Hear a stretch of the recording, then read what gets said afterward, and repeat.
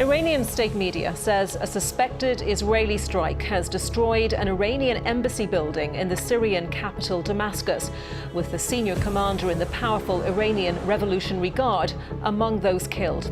We are following breaking news. Iran has launched an attack against Israel. Dozens of Iranian drones are now bound for Israel, as well as cruise missiles, according to the Israeli news. The situation is very concerning. It's right to show solidarity with Israel. The attack was an almost total failure, and they've revealed to the world that they are the malign influence in the region prepared to do this. So our hope is that there won't be a retaliatory response. Thanks for the advice and support, but Israel will make its own decisions. That was the message from Benjamin Netanyahu to his British and German visitors who came here to Jerusalem today. Whenever Israel or its leadership perceives a favorable intelligence situation regarding its enemies, along with available weaponry systems capable of the task, Israel strikes. This was evident in Syria when they eliminated Iranian commanders believed to be responsible for terror attacks in Israel, including the October 7th attacks. In response, Iran launched over 300 weapons towards Israel, consisting of 185 drones, 110 ballistic missiles, and 36 cruise missiles. Despite Iran's claims of success, approximately 50% of Iranian missiles failed to launch or crashed before reaching Israel. The majority of those that did were intercepted by Israel's Iron Dome, Arrow, and David Sling air defense systems, with assistance from the UK, the US, and neighboring Jordan. While some missiles got through, they caused minimal damage. Now, the West categorically claims the Iranian attacks were a complete failure, given that 99% of these missiles and drones were intercepted. However, Iran has demonstrated its capability to reach Israel and take action against it whenever desired. Yet, their decision to discuss their intentions with Turkey, a NATO ally, violates the core principle of military operations, the element of surprise. Instead of employing offensive tactics that could have overwhelmed Israeli defenses, Iran did the opposite.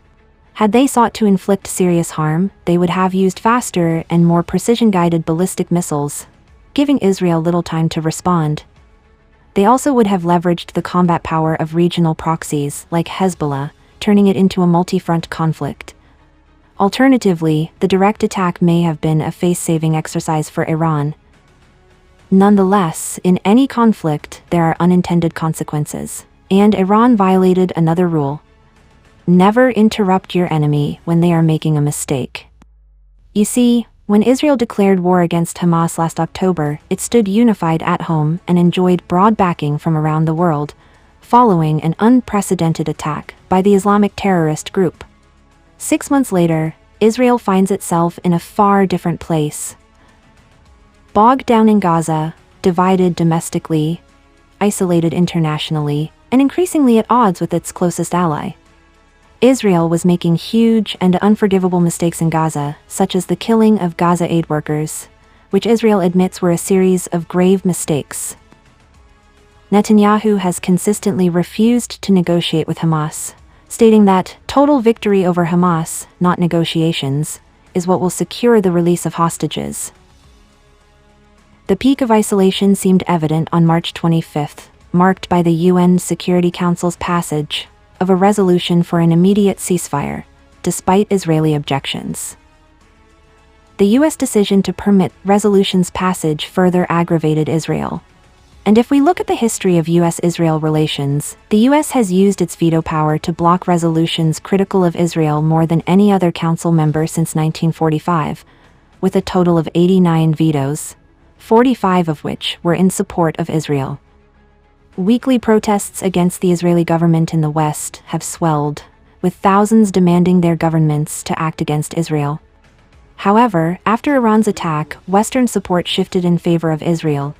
Iran's assault on Israel on Saturday effectively pulled Israel out of the isolation it faced due to its conflict with Hamas. In fact, it is not entirely correct that all the Iranian missiles were stopped by Israel.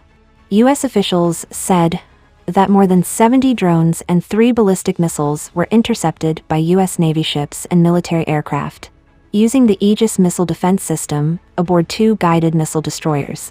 The UK also played a significant role in helping Israel defend its territory, as British fighter jets shot down Iranian drones. The French Navy was deployed to defend Israel from the incoming Iranian attacks. The Israeli military spokesperson also stated that France was involved in blocking the Iranian attack and contributed by patrolling airspace. However, the US has said that if Israel decides to respond and attack Iran, it will have to do it alone, meaning the US would not join the fight with Israel. But that does not mean the US and its allies would stop military aid to Israel. And there are ways Israel could attack Iran. Israel could target Iran's nuclear weapons facilities. Iran's nuclear program has accelerated since the United States withdrew from the nuclear deal nearly 6 years ago.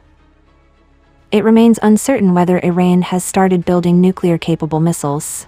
However, if they have, and Israel destroys them, it would deal a significant blow to the Iranians, potentially setting them back for years.